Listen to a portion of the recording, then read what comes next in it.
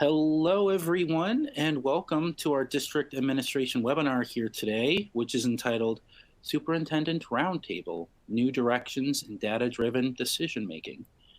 And all of this is brought to you by the generous support of our sponsor with us, Otus. Now for some quick housekeeping items, and we'll get right to the event.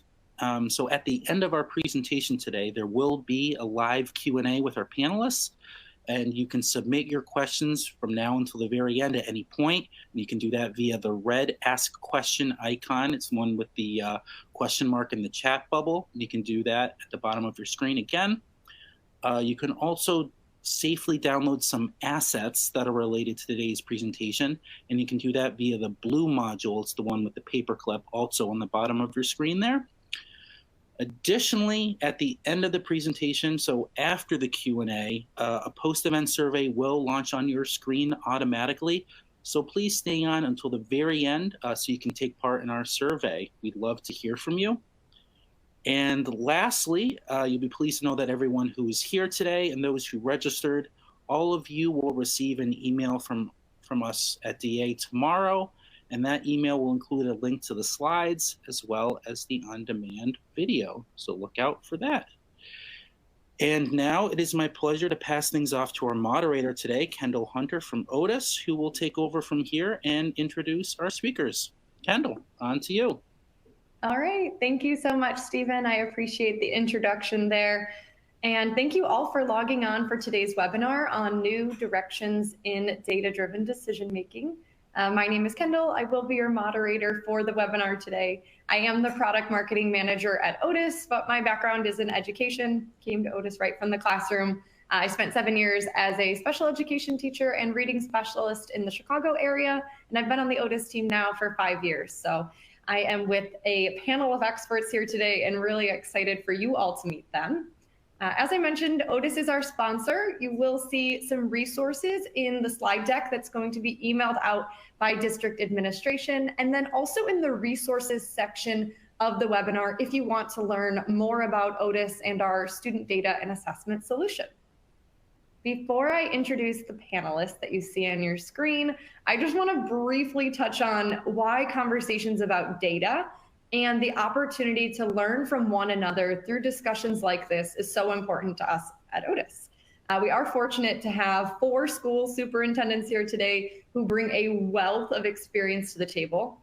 But it's no secret that school superintendents play a critical role in education. And it's important to acknowledge that as education evolves, so has their role, which has become increasingly difficult with time.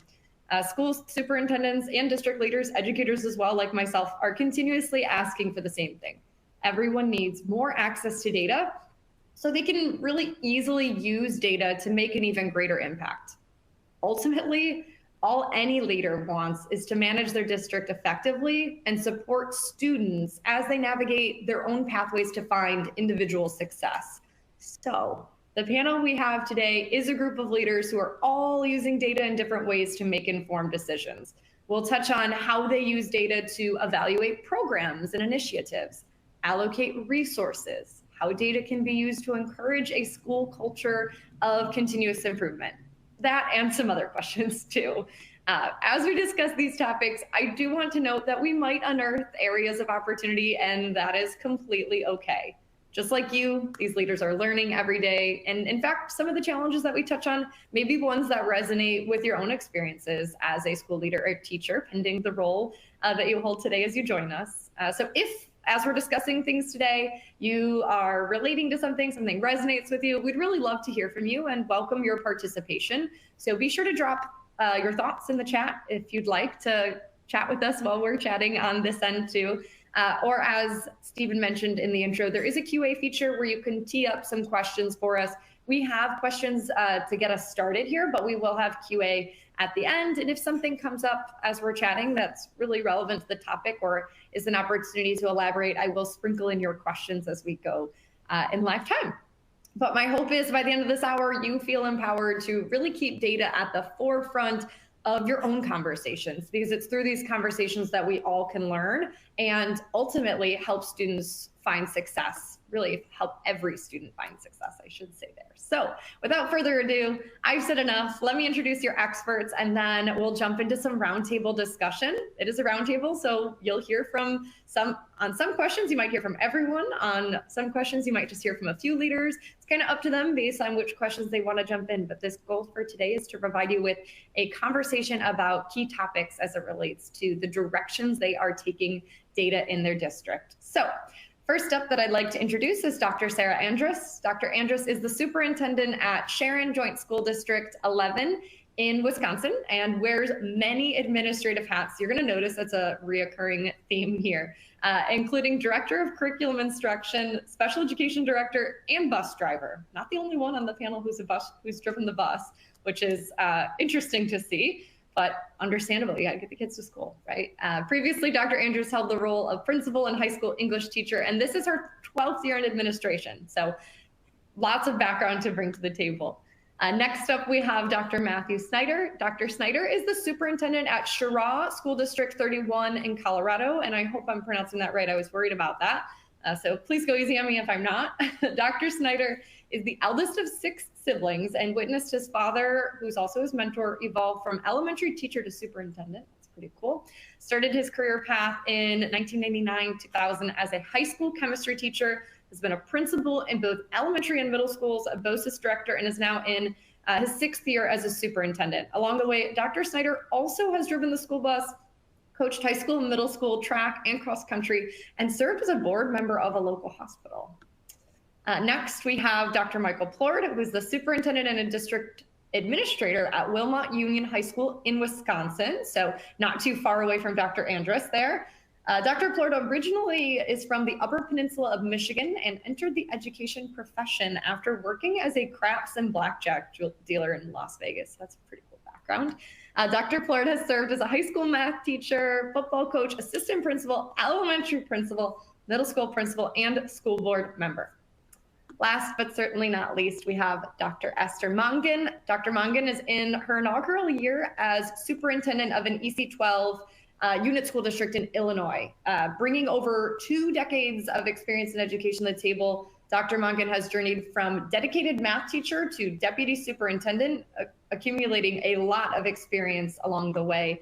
And having served in diverse roles, just like our other panelists here, director of curriculum, assistant superintendent, lots of background there. And just like our other panelists, Dr. Mongan believes wholeheartedly in fostering academic excellence and inclusive learning environments for both staff and students alike. So lots of good background here from our panelists who are going to be really leading the discussion as we jump into things here. So you've met our experts. Let's just dive into our discussion. We're going to start by exploring how these leaders have established a framework for using data in their communities, because to understand where we're going, we need to figure out where they've started. So well, the first thing I want to talk about is the key data points that each of the administrators on our panel is focused on. We know there is a wealth of data in schools, but it's about more than being data rich. That's not enough. We have to be data responsive. So I'm going to have Dr. Andrus start us off. Fun fact, this is not her first panel with me, so I'm excited to have you on the second one with me this time. Dr. Andrus, what would you say are the key data points that inform your decision-making as it relates to student outcomes and overall school performance? And then as like a secondary thought, as you're talking about this, I'm just wondering if any data points weigh more than others when it comes to making decisions. Yeah, obviously in the beginning of the year, it's a lot of conversation centered around the state test from the prior year, because we finally actually have that data to dive into and to look at. And a lot of looking at that, whether we like it or not, that's the measuring stick that we are given and that we have to utilize. So we look at that, we dive into it, but then we really look at it further once we get our fall benchmarking data. So we do benchmarking 3 times a year, just like I'm sure many of you do. I would say that we put the most weight into our benchmarking data. And here locally, anything that is normed or has percentile ranks, we give the most weight in terms of validity to tell us how our students are doing.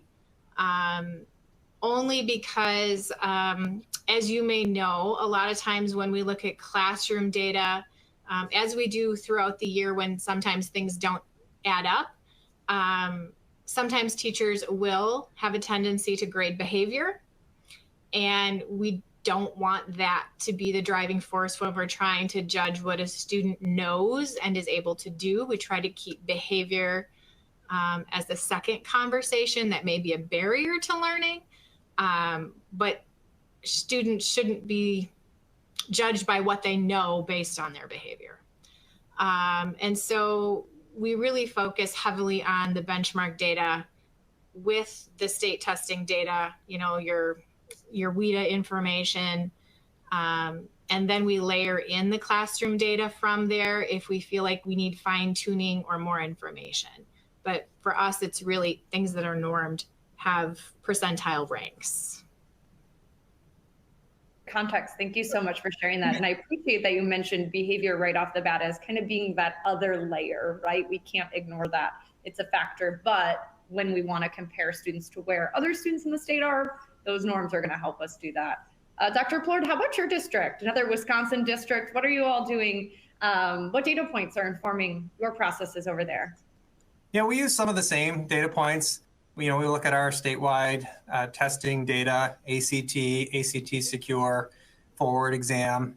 We also use iReady as our universal screener or benchmarking test 3 times a year with our freshmen and our students with disabilities. We also spend a lot of time looking at our attendance data, and that's probably the one that we weigh the most or put the most emphasis on. And the reason for that is, if you have poor student attendance, you really can't move the mark on anything else in a substantial way. So, we have an entire team that focuses on attendance here in our district. We review our discipline infractions and also our suspension data, and we compare that from year to year. We also look at different demographic groups and how the data is showing up for them. And then lastly, we're a Redefining Ready school. We just implemented that program a few years ago, and there are several metrics that we track to see if our students are prepared for college and careers. And those include participation in dual credit courses, co-curricular activities, AP classes, and exams, the percentage of students who are passing Algebra 2 with a C or higher, and some other metrics. So those are really the most common data points that we review as a staff and along with our school board and our community. I'm glad to hear you touch on Redefining Ready. If there's any educators who aren't in a state that has adopted it yet, I believe it's from the American Superintendent Association that every high school student, we need to be tracking their unique path to future readiness, whatever that looks like, whether it's technical, college, university, straight into the workforce, and really having those metrics that say what or if a student is ready for the next step in their future journey. So I'm glad to hear that topic of conversation brought up, and I'll be curious if anyone else touches on it as we get going here. Let's toss it over to Dr. Snyder, and then we'll hear from Dr. Mongan. Dr. Snyder, any additional data points that you all are using, or what are you prioritizing for your school in Colorado? Well, I mean, the priority, obviously, I hate to put it this way, but the name of the game is state testing. So just like we've heard, any other vendor testing that we have helps us point towards that. Of course, overall, we want our kids to know at grade level at least where they're at.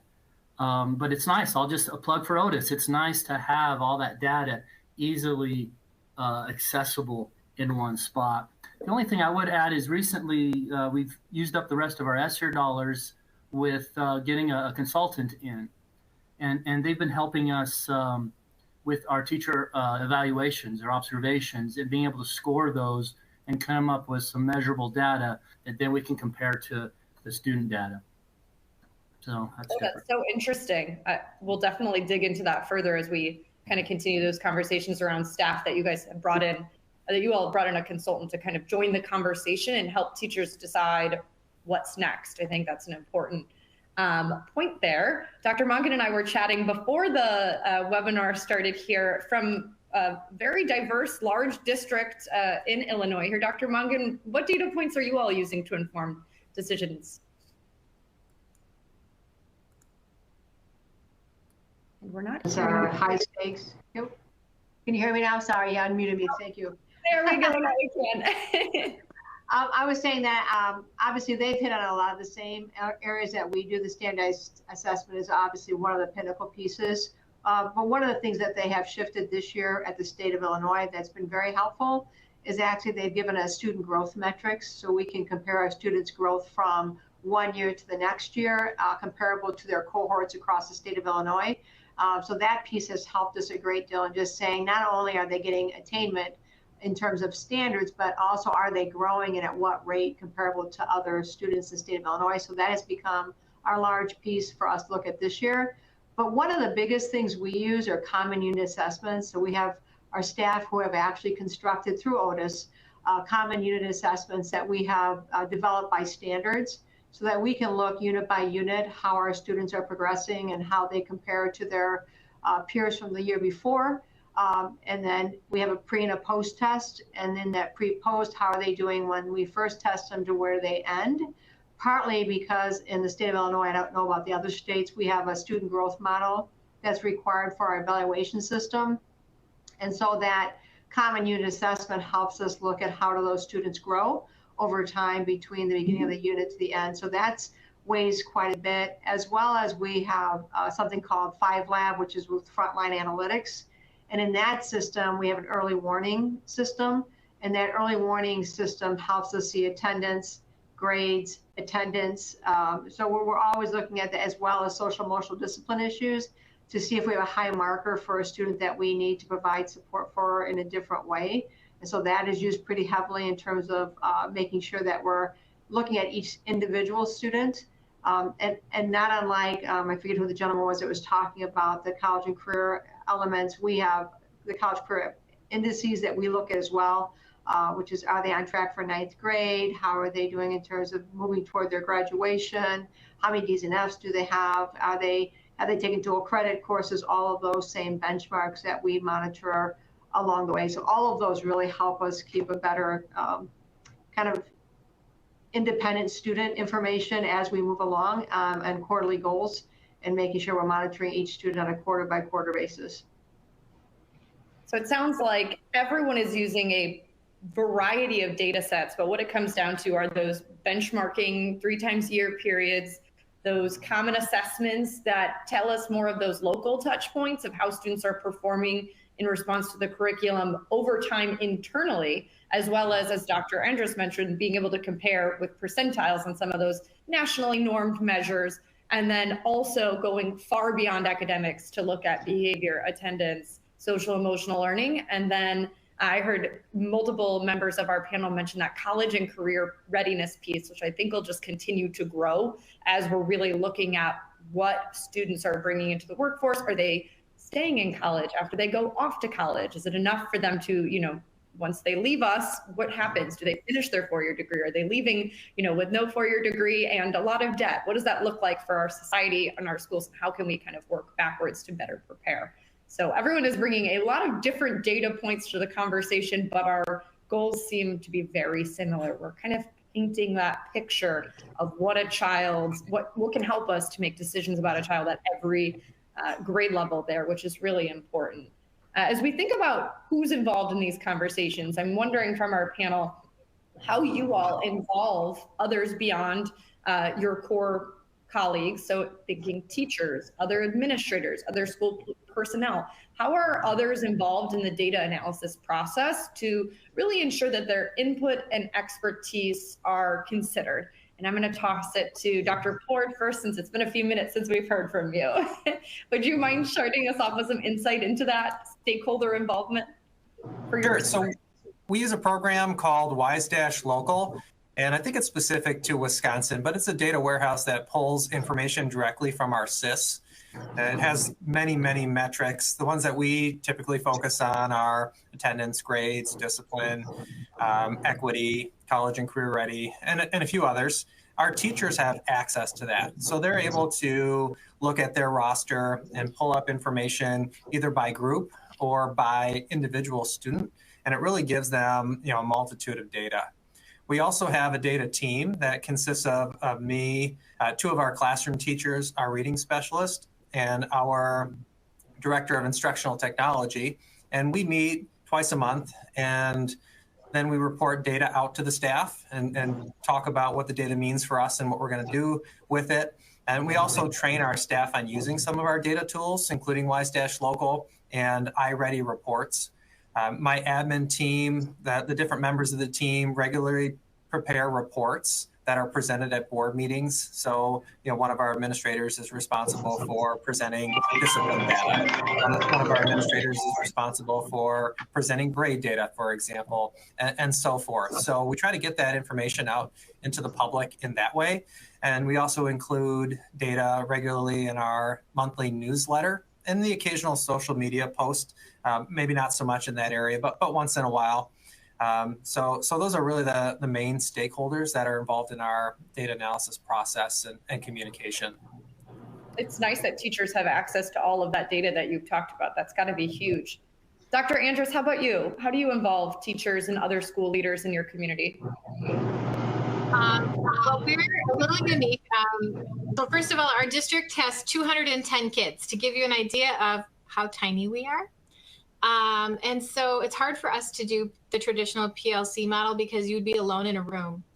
And so our principal actually meets with each individual grade level teacher to talk about their interventions for intervention time, where they actually go into the data together and talk about the kids and who should be in which groups, if they should switch interventions, which interventions those kids should be receiving and why. And that has really helped build teacher capacity to understand the data and to feel like they know what to do with the data. And then the other thing I think that we do that's unique is that we have obviously the student learning objectives. That's part of our evaluation system in Wisconsin. And we have a school goal every year. So our principal has one. It's required to be literacy by me. And then all of the teacher goals in the building are required to align to her literacy goal. So even if you are a PE teacher, your SLO must be linked to literacy. You are welcomed to jump on and team with another grade level to do that, because all of our specialists also work with grade levels to do interventions.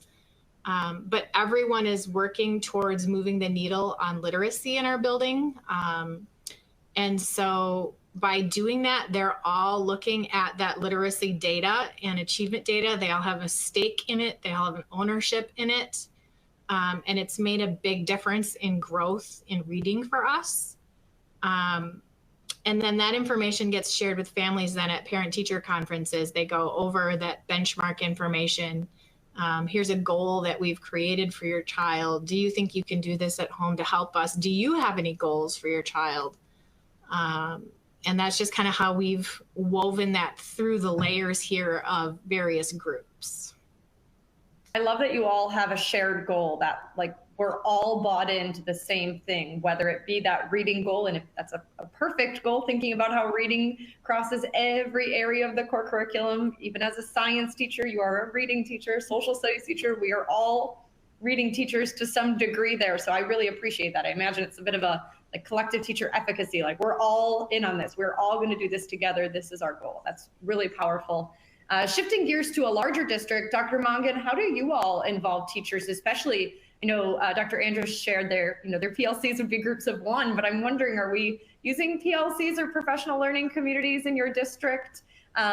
What does that look like for a larger district when you involve, I imagine there's quite a few stakeholders there. Yeah, there is. So it's actually fairly similar. It was interesting, although I will say that we do a much better job at the elementary school level. It's a little more challenging when you get to middle school and high school based on our size. So basically at the elementary school, we're real similar to what you just heard. We have school improvement goals that are established generally in the areas of, usually it's culture, climate, or attendance, and then it's also a math and ELA goal.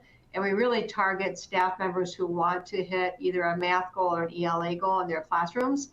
And so we monitor data that is done through their programs, whether it's a specific program, common assessments we do through Otus, those different data points that we utilize. And through those data points, they establish a classroom goal that marries up against the school improvement goal that's happening within each school. So there's a school improvement team that kind of determines or defines those goals, and then a teacher can attach to those and establish their own classroom goals that are monitored and met with each building administrator quarterly to see how they're moving toward that. They're also working with their students to establish goals in their classrooms directly aligned to their goal that they've chosen, so that they can continue to have students also look at their progress in moving along the pendulum for that school improvement piece. At the middle school and high school, we have team leads or we have department chair leads who actually try to lead that through PLC processes. It's a little more challenging because they have roughly 300 plus kids. So it's not like we can get down to a classroom level. It's really more of a grade level goal that they work on to try to make some improvements. Generally speaking, we're in the area of literacy because literacy cuts, kind of like you had mentioned, cuts across all content. And so usually it's working common rubrics, making sure that we're establishing good practices in terms of writing strategies or reading strategies across each of those grade bands, depending on what their school improvement plan is, which is obviously tied to our district improvement or strategic plans that we have. But I would say an area of growth for us is obviously trying to get to our families and communicating with them. Where we've been is just doing it inside of our buildings. Now it's trying to get it out to the families to understand kind of where we're at. I think that's a good growth goal. And I appreciate you walking us through what that looks like at each level, because it is important to be responsive to those needs. Those secondary teachers do have a different caseload or workload of teachers, and we have to just know that that is going to look a little bit different. There's no one size fits all, right? Dr. Snyder, how about you? Stakeholder involvement. I know we've heard a couple different perspectives here. Anything new or different that you all are doing with your students in Colorado to ensure teachers are involved? No. The vision would be, that'd be nice if everybody in the whole world wanted to know how our school is doing, and unless there's a real major issue, nobody seems to care, and that might be a leadership weakness. We're working on it. Primarily, we just have our main, intervention team looking at the data because they're the ones working with our intervention students. We've started to expand that out. I just heard that Otus does have a connection to parents. So we started to roll that out with our parent-teacher conferences here to let parents know they can log in and see their kids' information. But that's primarily at parent-teacher conferences, and whenever we have plans, academic plans, read plans, which is mandated for K through 3 here in Colorado, IEP meetings, our special ed meetings, and that's it. We are part of a grant right now, an MTSS grant, where we'll hope to expand that access to all of our staff vision in the future. I'm curious, as a follow-up, I know you mentioned that you have like a data consultant that is helping as well. Mm-hmm. Is that individual working primarily with like you and district leaders, or do you involve that individual in conversations with teachers too? So the consultant's focus really has been just on good academic education practices. So she's been training our staff on just good teaching. And then there's separate training from the consultant with our admin, who then can collect that data as part of their observations. So it's not necessarily on the testing side and how to analyze data. It's more on just better teaching practices and how to collect data on that side. Sorry, my mute was a little sticky there. That makes sense, right? The data tells us what we need to look at, but then the reality is much of the time should be focused on what do we do with students in practice. And well, it's been good to see. You see pretty quick if a teacher's really standards-based or not. That's what it boils down to. And then are there conversations internally about like making that shift if you're kind of seeing those gaps between teachers? Yeah. So it's nice. Every teacher has access to the data on Otus. Some are curious and some are not. Sure. But yeah, we're getting there. it's a journey, right? Yeah. It's not a sprint, it is a marathon. Right. I do have a follow-up question here, and this one was submitted by one of our attendees, excuse me. So please feel free to keep teeing up questions for us. We really appreciate that and welcome your interaction. This question's from Greg. Greg is a school leader in South Colony Central School District. I hope I'm pronouncing that right. But Greg is just wondering, like, into the logistics a little bit more of how often your data teams meet and who is the facilitator. So, like, is it a superintendent or a district leader? Is it somebody else? And I'll just open it up to anyone who wants to jump in on that. Does any of our panelists want to speak to the logistics of your meetings? Yeah, I would just say it depends. So from a data perspective, a lot of the standardized testing data is done by our building administration, so they can take it to their school improvement teams. And so it's really done more at the building level. And they have a team of teachers, plus they actually have a student on that committee and a parent. And they talk about what the data reflects and shows them, and then establish how they're going to establish goals to continue. Generally speaking, the goals are probably 3 to 5 years. But as they're working through that, they're getting it to their teachers inside of their building. And those are aligned basically from the district level. From a district's perspective, we're looking more at the global data, also looking by building and having conversations directly as part of our evaluation. Like for me, it's part of my evaluation of my principals. I have quarterly data meetings with each of my building administration, so they meet with me with data. Elements that I mandate that they have to give me, demographic data, so we can see how all of our subculture groups are doing, as well as, you know, different categories, and we have data pieces that are required. And so that's driven by the district. And so it kind of flows downward and upward. So everybody in between is kind of working on feeding those elements of the data. Thank you so much for sharing that. Does anyone else want to speak to the cadence or any logistics around their meetings that might help Greg get some ideas for structuring in their own community? I know for us, our principal drives that meeting on a monthly basis, I would say, revolving around like those classroom interventions and changes. And she leads that by asking them to bring the data to the table. And it's just a time for a conversation about how things are going or what changes need to happen. But she's the one, you know, asking for the meeting and setting it up and asking the questions. And that's gone very well. Beyond that, if it's sharing out greater than that, usually it's me at like parent-teacher conferences with a slide deck somewhere, sharing out school-wide or district-wide data. But here in-house, it's usually the principal leading the charge. Thank you so much. And for us, we're a one building high school district, and I lead the data team. It's kind of a passion of mine. As a former math teacher, I enjoy looking at numbers and, you know, trying to decipher what they're telling us. But we do build the agenda based on what the other members of the team and the staff in the building feel we need to consider.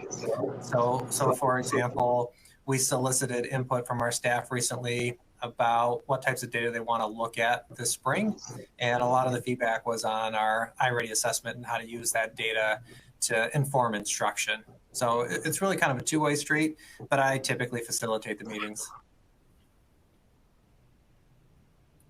I love the idea of soliciting that question, asking your teachers, just involving people more. What are we looking at what are we not looking at that we'd like to be looking at more? Where can we shift the conversation? What are we finding that we need to better understand to use it? I think that's just such a powerful piece, because the reality is each of those different data sets tells us different things about a child. So I appreciate that you all are having those conversations and kind of using that as a guide to figure out, you know, what kind of professional development do we need on these topics to really maximize it. So we've laid the groundwork here for what data we're looking at, who's involved. Inevitably, there's going to be barriers that come up. I'm sure we've all experienced various challenges with different tools, time, or something completely different. I'm just curious. I'd love to hear if anyone is willing to share a challenge or obstacle that you faced as a school leader trying to implement a data-driven approach. And then if you have any suggestions or if you want to share how you address that challenge, you want to start us off?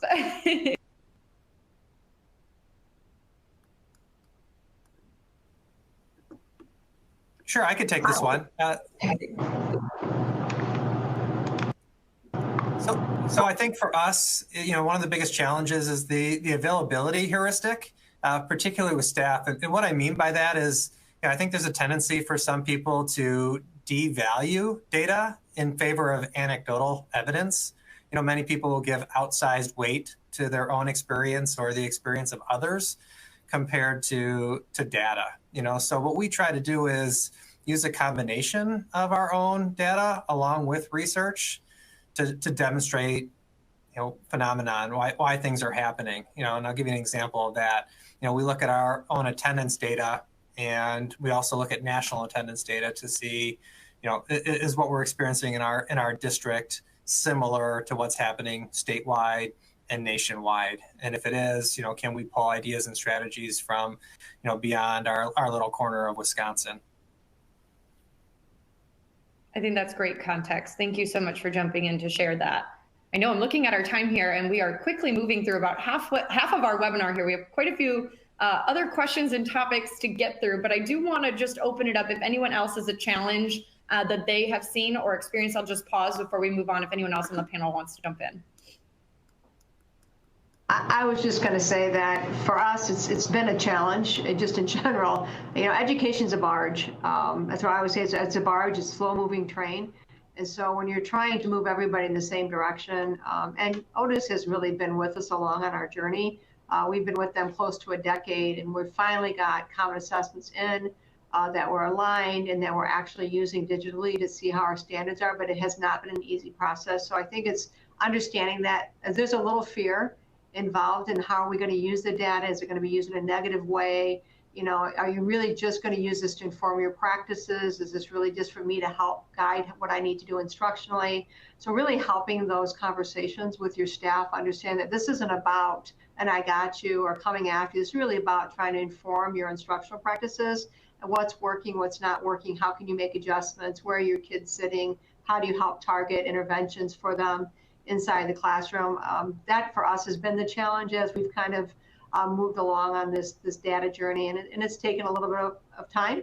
We're finally getting there, but it has not been an easy and fast road. It's something that you kind of have to stay with and ride it out. It's not a gotcha moment. That might be my new favorite thing to think about. Because it's so true. Data can be scary, right? Sometimes we see them, we're like, well, I'm a former special education teacher. Every time we put up the graph on the data meeting, my cohort was never where I wanted it to be, but that is the nature of teaching, right? Sometimes students aren't going to make the same growth. It's going to look different. It's going to feel different depending on where your students are at, and it's not to catch you, right? So that's just so important. Dr. Andrews, anything to add on your end to challenges that you may have faced? I would say just a couple that I've seen here is how many data points to be valid and reliable. We've had a little bit, well, I graded that standard one time. I mean, we did it. It's in the grade book, it's done. And I'm like, yeah, one time in a year is not really enough to say that they've had enough opportunities to show they've mastered that. And that's caused conversations and aha moments. And the same regard too of, I don't know how many times I've been trying to push teachers to the next level of, okay, you've all mastered the data-driven intervention planning. Now, why aren't you doing that every day on your lessons? What? Yeah, I don't need you to copy the teacher's manual when you give me your formal lesson plan for your eval. I don't care about that stuff. I want to know the data, the who, the how, and the why of who's getting this lesson for what reasons and who needs what modifications to it, and to really push them in their thinking about their everyday lesson beyond kind of that intervening time of the day. And that's where our current challenge is in just general lesson planning. Where is your data? And they all get very silent. And I say, there's got to be something. You pre-assessed. You have something that shows why you even need to give this lesson. But then I'm guessing you also have some data to show who needs what scaffolding to be successful in the lesson. Yeah, Oh. very, very true. It gets quiet quick in the room. So that's like where we are in our journey right now, is transferring that thinking to all day, every day, and not just for that 30-minute window.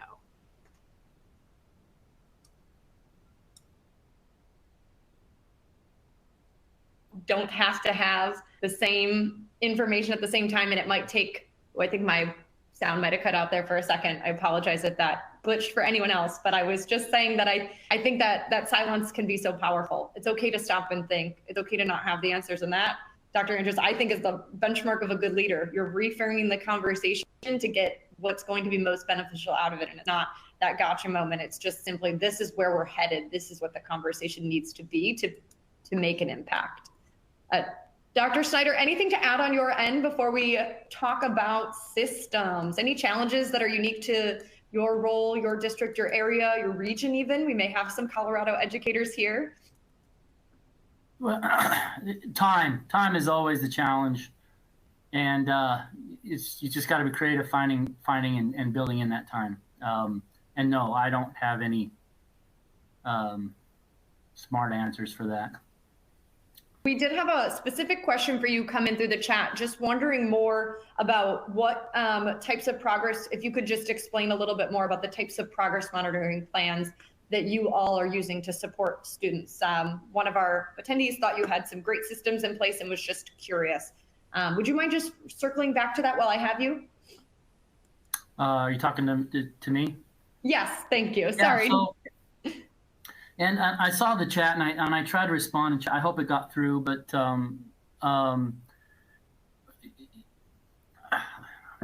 what we're doing primarily, what's been nice is in Otus we can create groups. I don't know if that's the best way to do it, but I'll make sure our subpopulations or at-risk groups are specifically identified in the groups in Otus, and then that just makes it easier. So then instead of just kind of looking at each kid or whatever, which we can do, but we can just click on the groups and it'll take us to those kids. And then it's just more convenient than when we're talking about those kids. I'd like to say that we meet every, Wednesday afternoon for this great conversation. We don't. A lot of times it's reactionary, unfortunately, where we have, every January we do our ELL testing. So we'll look at testing results when they come back. And then whenever plans go out in parent-teacher conferences, that's when primarily we're looking at data is when we need it to communicate it. But that data sticks with us for the next 2 or 3 months still, and that's appropriate. So remember when we talked about and that kid needed those 3 things, we're making sure that's getting in the lesson plans then for those next 3 or 4 months. I think that's a great support to keep in place, and it sounds like it must be relevant and timely data if you're able to use it to drive those next decisions.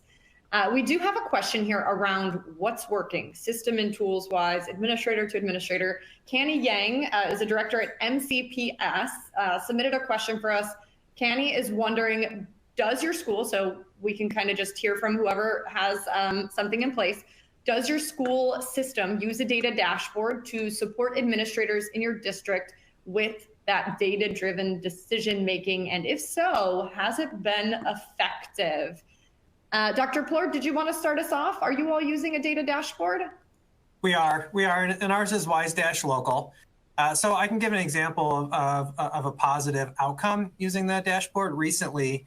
So WiseDashLocal tracks attendance, and we were able to form a group through one of the modules within it to track our students who have a greater than 90% attendance rate for the year, but less than 90% attendance rate for the last 30 days. So kind of students who started out good and are slipping in the last month and a half for some reason. They're not coming to school as frequently as they were before. So what we did was we formed a group within that, and we started to kind of follow those kids and their attendance. And we really targeted them with parent meetings, student meetings, making sure that we're following our attendance process with fidelity. And we saw a lot of success with that. In fact, we're able to see that over the last 8 weeks, Year over year, compared to last year, we have a higher attendance rate this year, and I think that's a big part of it. That along with focusing on through our chronic absentee and our chronic truancy programming, I think we've had a positive impact in attendance because of that dashboard. I love that very narrow group description you described there. So you're really looking at a specific population of students who's struggling right now. That's super interesting. Dr. Andrus, how about in Sharon? What are you all doing for your data dashboard or system? You're another Wisconsin school, so. We also have that tool, but we have found to be most effective is kind of twofold. First, we pay an outside DAC that compiles our data. So they're objective. They don't have any feelings attached to anything. They're completely outside looking at it. Partially because we also don't have anyone on site whose job that is. So we pay someone to do that a couple times a year. And we pour all the data at them we can from, the ELL data, this testing data, the benchmark data, the classroom data, the attendance data. Like, they get it all.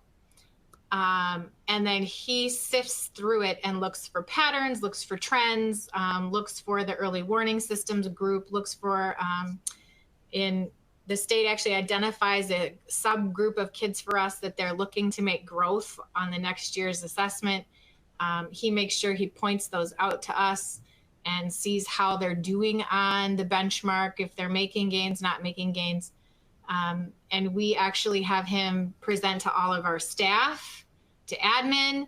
And then if there are teachers who are struggling with data, we have him spend a day with them to dive into their classroom instruction to really pull it apart and figure out how to make a plan of attack. And then in addition to that, we also do use Otus as well. And what I love about that is I can email Kendall at any time and say, I want to dump this in there. I want to dump that in there. And I want to dump this in there because I need help looking at it. And it will easily help make graphs and things that I can't see on my own.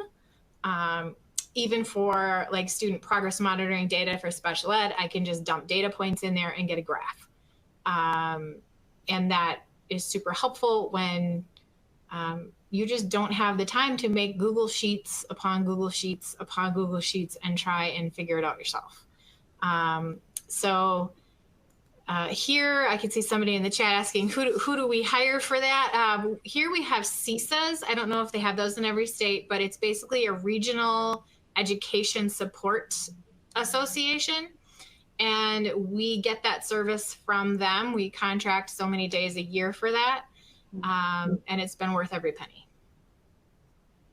Thank you so much for elaborating on that. I believe Dr. Snyder's pretty much already said they're using Otus, but I'll let him speak to it. Dr. Snyder, is Otus your main data hub, data dashboard, or are you all using anything else to look at and kind of, as Dr. Andrus said, those graphs, right? You need a visual. Going through an Excel sheet, not going to serve anybody well. What's going on out there, Dr. Snyder, with visualizations? Are you using multiple tools or just one?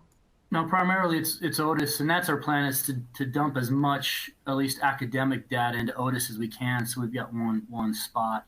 I mean, we will use our SIS for attendance and behaviors, but we're a small school also, so I would say our issues in those areas aren't as drastic. So our goal right now is to dump everything into Otus, including that data I was talking about with our teacher observations. We can start putting those measures in a way that Otus is great. They'll put in any data we want. So Otus is our dashboard. Fabulous. Thank you so much for sharing that. We welcome all the data dumping that you all do. We do have a data team who it's their job to go through it, so you don't have to. Dr. Mongan, any other systems that you all are using, or what's your primary data dashboard? Where are you putting everything? Dashboard is called 5Lab. It's with Frontline Analytics. And so everything comes out of our student information system or assessment elements that we're pulling from. So it ranges from, how many Ds and Fs does everybody have? We can see course analytics distribution. It goes up every night, so we can see where everything's sitting for every single student. across the district. We can look at access testing, which is the test used for English language learners, all of our state standardized testing, chronic absenteeism information. So we look at attendance, we look at discipline, we look at the number of times they go visit social workers, the number of times they go to nurses to pick up SDL stuff. We look at stuff in terms of how they did last year, so their prior year risks that they were at compared to how they're doing this year. And we also use our benchmarking system, FastBridge, and dump that information in as well. So it's a dashboard that you can utilize. Primarily our administration principals use it, not so much our teachers right now, because it's pretty much thread by building, not necessarily by classroom, even though we can get the classroom data. But it does provide us our early warning system that we utilize. So it'll provide all the information so we can see how students are performing. So much for elaborating on that. It sounds like we each have a single place that we prefer to go that provides us the insights we need quickly, easily, and then allows us to be more effective in how we make those decisions.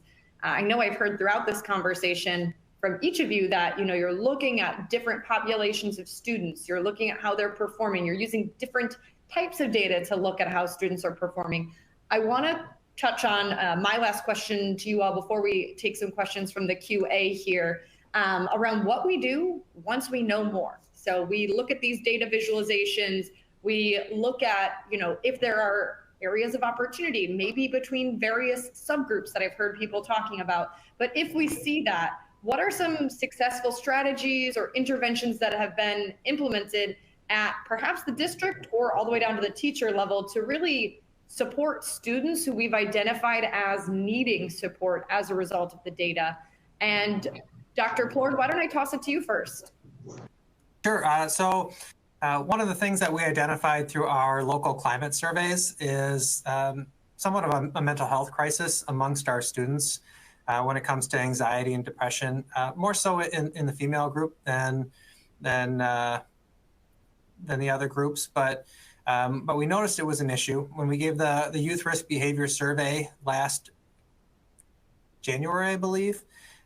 We saw the same result, right? So kind of triangulated the data there. So what we did was we secured some grant funding to purchase a 2-year subscription to Care Solace.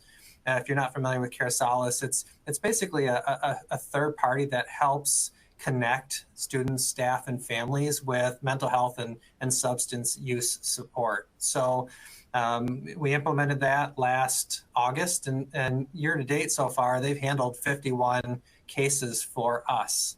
You know, so that to me was a very positive outcome based on reviewing our data and determining, okay, we need to do something about it. But maybe as a school, we don't have all the resources, you know, to tackle this problem, and we were able to find somebody who could help. That's a great allocation of resources to students based on what you've seen. I appreciate you sharing that. Dr. Andrus, did you want to jump in? Any strategies that you've implemented as a result of what you've learned about students? Yeah, I think, you know, what we've learned with some of the data and how we view it is we purchased a reading online adaptive intervention tool, and we were trying to figure out, was it successful, not successful, which tools to keep, what to toss. And so according to the tool itself, our students were making exponential gains. And so we said, well, we can't take it from them. Of course, they're going to say their tool is fabulous. We have to look beyond it.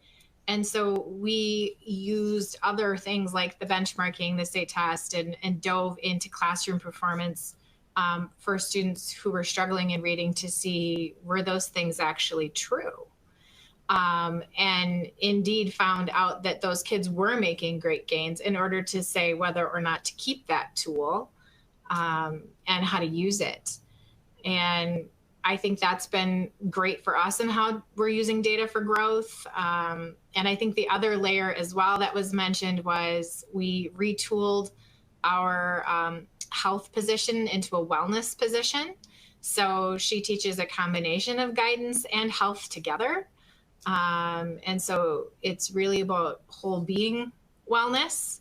And she really helped to implement zones of regulation and restorative practices, and she does behavior coaching with kids, because we saw that through the data as the next layer that our kids needed for success, based on attendance, based on behavior incidents. And those things start to emerge the more you look at it and the further you get down the road, that become clear as the next step. Thank you so much for elaborating. Dr. Monken, anything to add on your end around success you've experienced or something that you've implemented after seeing data?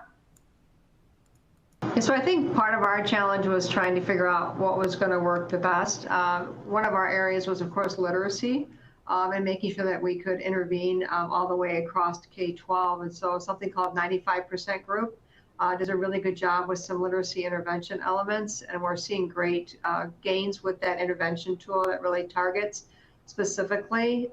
In terms of like our EL population, one of the things we know is we're getting a lot of non-language students entering, so newcomers, if you will, and trying to target kind of specifically some language challenges and how do you meet the needs there while still keeping them integrated inside of the classroom as well. So some pull out as well as some kind of pushing in.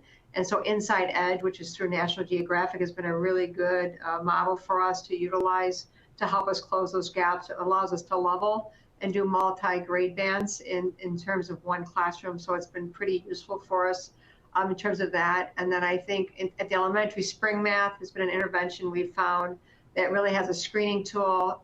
Then it has a class-wide intervention. So if your whole class is 80% or less than 80%, you do an entire classroom intervention, and then you break it down to an individual intervention. So we've hit math, ELA, and our non-language speakers through the information we're receiving from our data, where those were targeted areas where either our teachers were really struggling, very frustrated, needed support in some kind of intervention to help them to close some of those gaps. And so implementing those, we've seen some great success. There's other ones not so successful, but those would be the ones I'd say that we've seen some success in. Thank you for elaborating on that. We are just almost at the end of our hour here. I want to thank Kathleen Skinner for asking this particular question. We've touched on a couple others through our conversations, but not this one.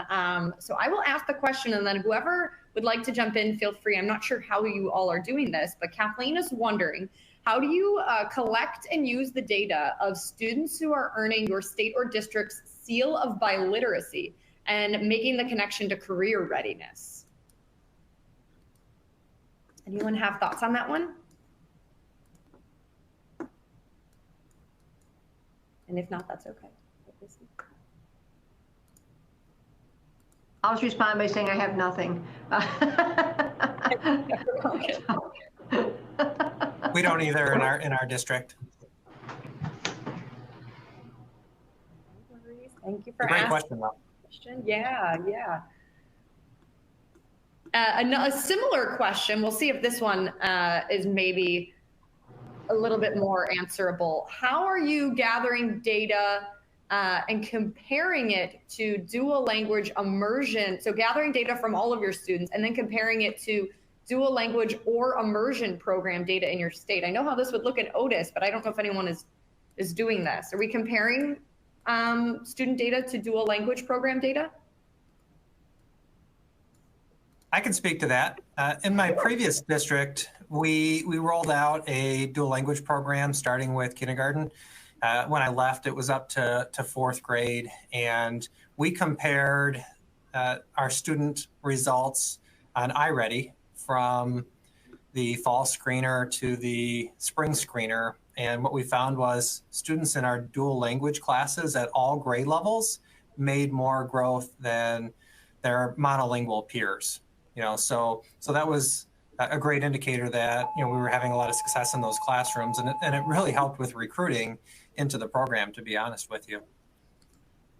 That's so interesting. Thank you for sharing that. And I do want to mention, if there are any questions we didn't get to, DA will share them with Otus, so we'll certainly follow up on those as well. We are at the end of our hour here, and as I mentioned, we have 4 very busy school superintendents, so we want to make sure they can get back to their staff and students. A couple notes from me, and then I'll hand it back to Stephen. First, I just want to say thank you so much to our leaders for taking time to just talk through what they're doing, what's working, and how it relates to student success. It's rare that I get to sit down with 4 school leaders and have this conversation. I know data can be scary. Some people think it's boring. I think it's exciting, but certainly if you think it's boring, I hope not. But no, we just appreciate each and every one of you taking the time to tell us more about what you all are doing. It's a critical conversation to keep at the forefront. And if anyone who attended would like to learn more about Otus, we're at otus.com. We help schools and districts really across the country to see student data and take action on it, which is really what we need to be able to do with data so that it's meaningful. But thank you, everyone. It was a pleasure to be your moderator, and it was a pleasure having such panelists with such extensive experience in education. But I will hand it back to Stephen for some closing remarks from district admin. But just want to give a shout out to our panelists for all their expertise and the background they shared. Perfect. Thank you, Kendall. Perfect way to wrap this up. I will just say I'm going to go through my closing slides in just a moment, but I just want to remind everyone to please stay on until the very end to take part in our post-event survey. It'll pop up right when I end the event, so look out for that. But first off, I just want to thank you again, Kendall, for moderating, and our panelists as well, so Drs. Andrus, Ford, Mongan, and Snyder for sharing your expertise and time with us today and your district's experiences in data-driven decision-making. We really appreciate it. And of course, I want to give another shout out to Otus as well. And to you, our audience, excuse me, I'd like to thank you as well for joining us here today. For those of you who enjoyed our presentation, we have more webinars like this one that are provided by us here at District Administration, which is the leader in editorial coverage of news, trends, as well as current issues in K-12. We have a wide range of readers who subscribe for free to DA, and they stay up to date with us in print via our magazine, as well as online via our newsletters, our shorter DA Ed Talks, our new podcasts, and webinars like this one. And also, if you would like to watch this presentation again, or for those of you who believe that the solutions provided will be helpful to your colleagues, and I'm sure that is very much the case, you'll be pleased to know that our team at DA, we will be sending you an email later tomorrow with an on-demand recording of this presentation, as well as a link to the slides. And I love the emojis coming up. This is great. Keep them coming. So with that, on behalf of DA, this is Stephen Blackburn. Thanks, everyone, and have a great rest of your day. Thank you again. This was great.